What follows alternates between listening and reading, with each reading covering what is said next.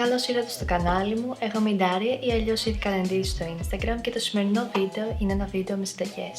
Δεν σας κρύβω ότι τα βίντεο με συνταγές είναι από τα αγαπημένα μου είδη βίντεο και σήμερα θα φτιάξουμε κάτι πολύ ιδιαίτερο και κάτι που εγώ προσωπικά τρώω όλες τις εποχές και αυτό είναι σούπες. Αν όμως υπάρχει ιδανική εποχή για να φας ζεστές, βελουτές σούπες, είναι πραγματικά το φθινόπωρο και ο χειμώνας. Οπότε και θα σας δείξω 4 συνταγές για 4 τελείως διαφορετικές σούπες, οι οποίες ελπίζω να σας συνοδεύσουν όμορφα στις κρύες μέρες που πρόκειται να έρθουν.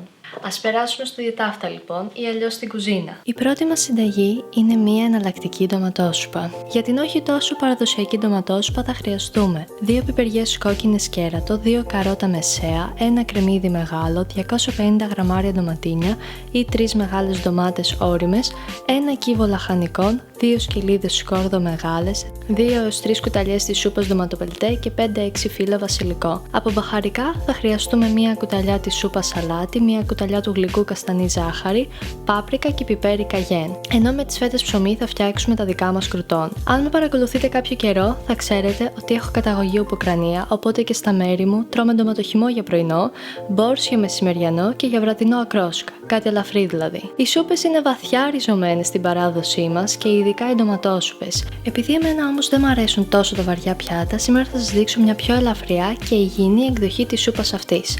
Αφού έχουμε κόψει το κρεμμύδι, τις πιπεριές και τα καρότα, σουτάρουμε το κρεμμυδάκι ώσπου να χρυσίσει και να μαλακώσει και ρίχνουμε τις πιπεριές και τα καρότα και το σουτάρουμε μαζί για 5 έως 7 λεπτά. Στη συνέχεια ρίχνουμε το ζωμό λαχανικών μαζί με μια κούπα ζεστό νερό. Εναλλακτικά μπορείτε να διαλύσετε το ζωμό λαχανικών και σε ένα κατσαρολάκι με ζεστό νερό από πριν. Αμέσως μετά ρίχνουμε τα ντοματίνια και χαμηλώνουμε λίγο τη φωτιά. Τα αφήνουμε να σιγοβράσουν για 10 έως 12 λεπτά και έπειτα προσθέτουμε τα μπαχαρικά μας. Αλάτι, ζάχαρη, πιπέρι, καγέν και πάπρικα. Παραλίγο να ξεχάσω και το θυμάρι. Αφού τα ντοματίνια βγάλουν τα ζουμιά τους, ρίχνουμε το σκόρδο ψιλοκομμένο και 2-3 κουταλιές της σούπας ντοματοπελτέ και τα αφήνουμε για 5 έως 7 λεπτά μέχρι να δέσουν όλα τα υλικά και να μαλακώσουν τελείως τα ντοματίνια. Όταν τα ντοματίνια έχουν σχεδόν λιώσει, καταλαβαίνουμε ότι είναι έτοιμο και αποσύρουμε από τη φωτιά. Για τα κρουτόν θα κόψουμε το ψωμί γερμανικού τύπου ή όποιο άλλο ψωμί του τόσο αρεσκία σας σε κυβάκια και στη συνέχεια θα το τοποθετήσουμε σε ένα ταψί με λαδόκολλα σε προθερμασμένο φούρνο για 5 έως 7 λεπτά στους 180 βαθμούς. Προσοχή, δεν θα πρέπει να κουμπάνε το ένα το άλλο γιατί δεν θα γίνουν αρκετά τραγανά και επίσης η ρύθμιση του φούρνου πρέπει να είναι στον αέρα. Υπάρχει κάτι θεραπευτικό στο να τοποθετείς τα κυβάκια ψωμιού πάνω στη λαδόκολλα. Για να πολτοποιήσουμε βάζουμε μια σεβαστή ποσότητα σούπας, προσθέτουμε 5 με 6 μεγάλα φύλλα βασιλικού στο δοχείο και λιώνουμε με το μπίμερ ώσπου να γίνει βελουτέ και να ομογενοποιηθεί πλήρως. Ο βασιλικός θα κάνει τη σούπα πιο δροσερή και πιο φρέσκια. Γι' αυτό το λόγο εγώ επιλέγω να πολτοποιώ κάθε φορά πριν φάω και όχι να πολτοποιώ από την αρχή μόλις μαγειρέψω τη σούπα. Θέλω ο βασιλικός να διατηρήσει τη φρεσκάδα και την νοστιμιά του. Για το σερβίρισμα βάζουμε τα κρουτόν και μερικά φύλλα βασιλικού. Αυτή η σούπα τρώγεται εξίσου ωραία και κρύα και ζεστή και για μένα μάλιστα πιο ωραία είναι κρύα.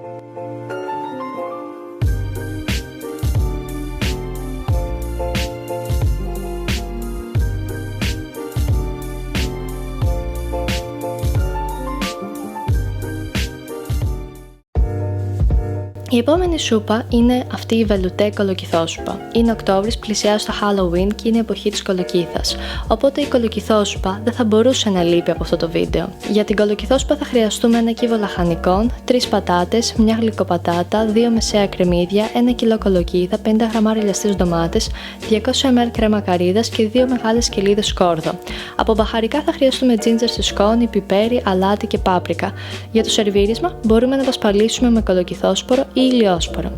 Αφού έχουμε πλύνει πολύ καλά τις πατάτες μας, ψιλοκόβουμε το κρεμμύδι και κόβουμε σε μεγάλους κύβους πατάτες, τη γλυκοπατάτα και την κολοκύθα.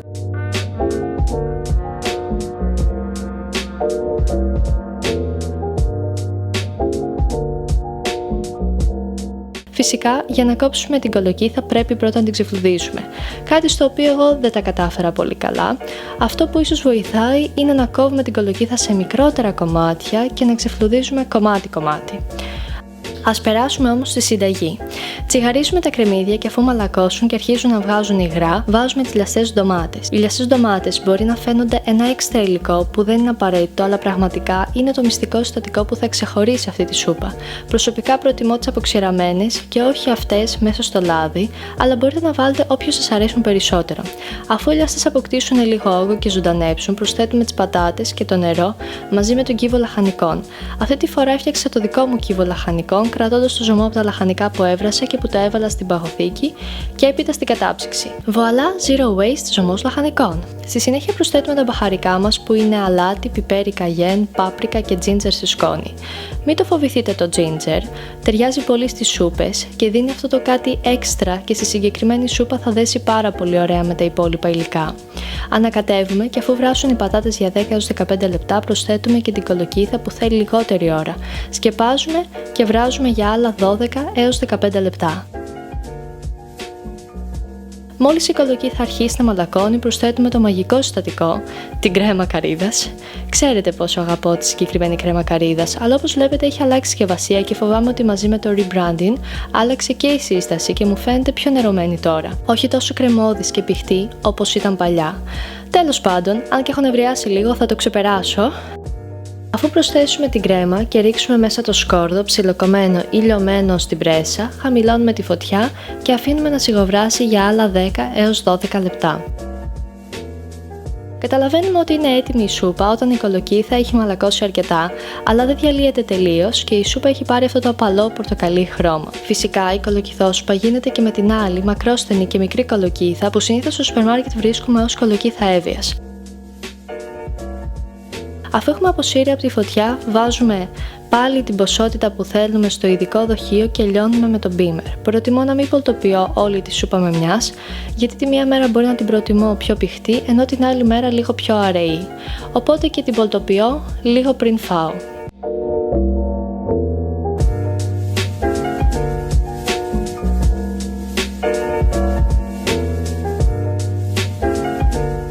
Για το σερβίρισμα, ρίχνουμε από πάνω λίγο ψιλοκομμένη λιαστή ντομάτα που δεν ξέρω αν το έχετε παρατηρήσει, αλλά η υφή της θυμίζει πάρα πολύ μπέικον και φυσικά μια κουταλιά της σούπας κρέμα καρύδας και λίγο κολοκυθόσπορο που έχω ξέχασα να βάλω. Τη συνοδεύω με μερικά παξιμάδια ολικής ή παξιμάδια από χαρούπι. Δεν μπορώ πραγματικά να σας περιγράψω πόσο νόστιμη και χορταστική είναι αυτή η σούπα, αξίζει απλά να τη δοκιμάσετε.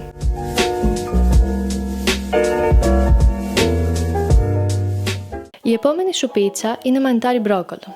Γι' αυτή θα χρειαστούμε 2 μεσαία καρότα, 500 γραμμάρια μανιτάρια λευκά ποικιλίας αγκάρικους, 400 γραμμάρια μανιτάρια πλευρότους, 300 γραμμάρια μπρόκολο κατεψυγμένο ή φρέσκο, 150 ml καρύδας, ένα μεγάλο κρεμμύδι και 2 σκελίδες σκόρδο. Από μπαχαρικά θα χρειαστούμε πάπρικα, αλάτι, πιπέρι, κάρι και θυμάρι.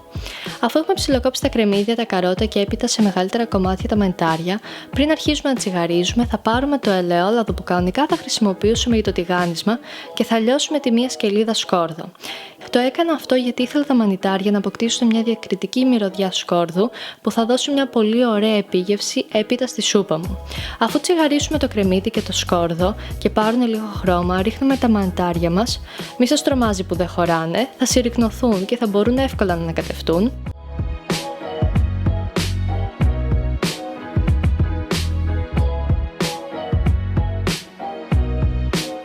Προσθέτουμε την πάπρικα, το κάρι, το πιπέρι, το αλάτι και το θυμάρι και τα σοτάρουμε για 10 λεπτά ώσπου να μαλακώσουν και να πάρουν χρώμα.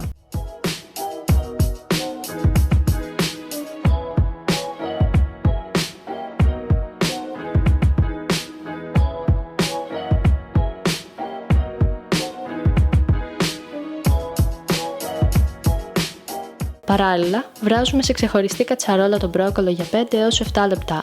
Εγώ το έβαλα μαζί με άλλα λαχανικά για ένα φαγητό που θα φάω το βράδυ και για να πάρω έναν πιο πλούσιο και γευστικό ζωμό λαχανικών.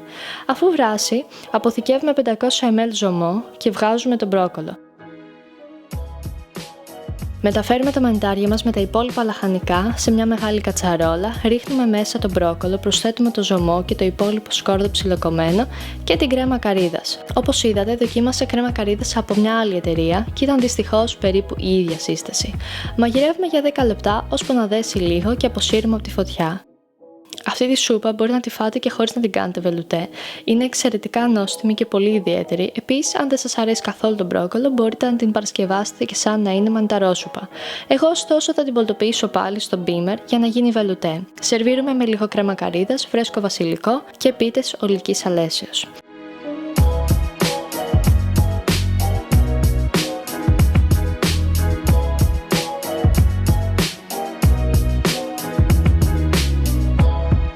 Η τελευταία σούπα έχει 5 μόλις υλικά.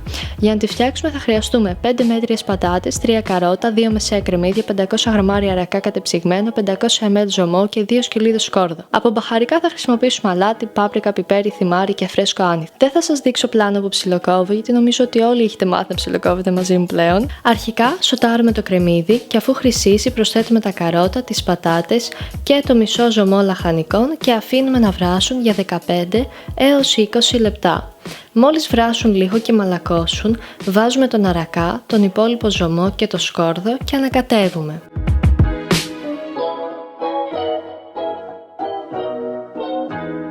Προσθέτουμε τα μπαχαρικά μας, αλάτι, πάπρικα, πιπέρι, θυμάρι και φρέσκο άνηθο και αφήνουμε για άλλα 10 έως 15 λεπτά. Λίγο πριν τα αποσύρουμε από τη φωτιά, μπορούμε προαιρετικά να βάλουμε και χυμό από ένα μεγάλο λεμόνι. Εγώ πολλές φορές τον προσθέτω πριν σερβίρω. Αυτή τη σούπα μπορείτε πολύ εύκολα να τη φάτε και έτσι όπως είναι, χωρίς πολτοποίηση. Και μάλιστα εμένα μου αρέσει πάρα πολύ γιατί μου θυμίζει μια παραδοσιακή συνταγή που έφτιαχνα πάρα πολλά χρόνια.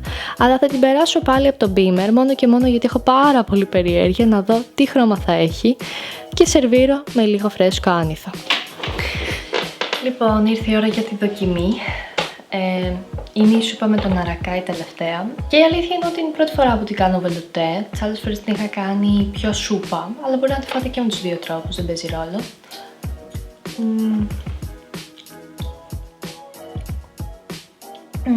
Είναι πάρα πολύ ωραία. Έχει πολύ ισορροπημένη γεύση. Της λείπει λίγο σκόρδο. Εγώ θα βάζα λίγο παραπάνω σκόρδο. Είναι πολύ νόστιμη και επίσης αυτή η σούπα έχει πάρα πολύ πρωτεΐνη, οπότε θα σας κρατήσει για πολλές ώρες. Και είναι η πιο απλή από τις σούπες που έχετε δει μέχρι τώρα, οπότε φανταστείτε πώς θα είναι οι υπόλοιπες. Ελπίζω να σας αρέσουν οι συνταγές όταν τις δοκιμάσετε και αν θέλετε μπορείτε να με κάνετε και tag στο Instagram για να το δουν και περισσότερα άτομα και οι φίλοι σας και οι γνωστοί σας.